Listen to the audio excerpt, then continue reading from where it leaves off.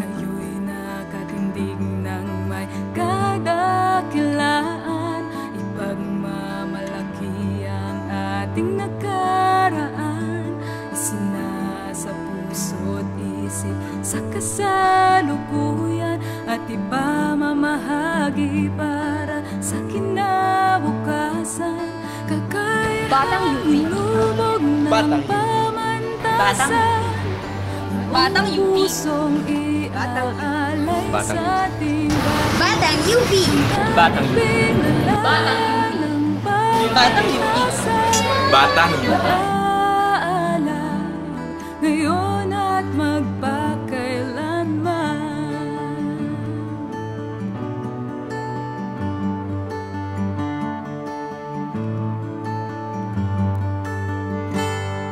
Lakas ng ating kasalukuyan, kakayahang dulot ng kasihian.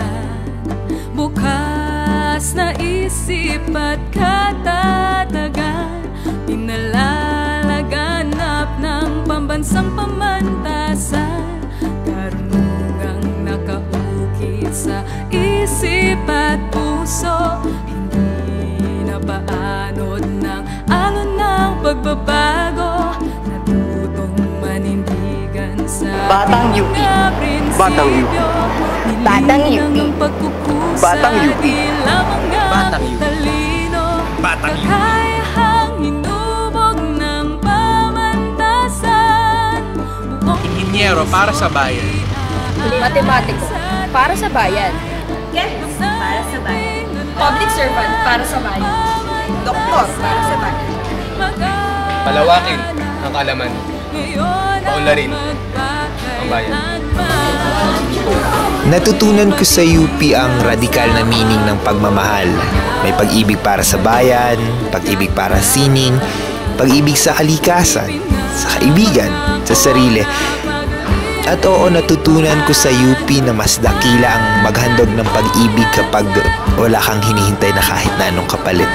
Wala kang hinihintay na kahit na anong kapalit.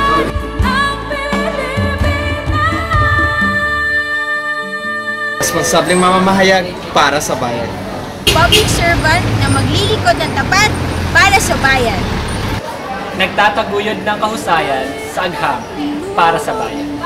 Taguyod ang malayong pamamahayag para sa bayan. Progresibong aktivista para sa bayan. Mananaliksik para sa bayan. Computer programmer para sa bayan. Research enthusiast para sa bayan. Tagapagbalita para sa bayan. Civil engineer para sa bayan.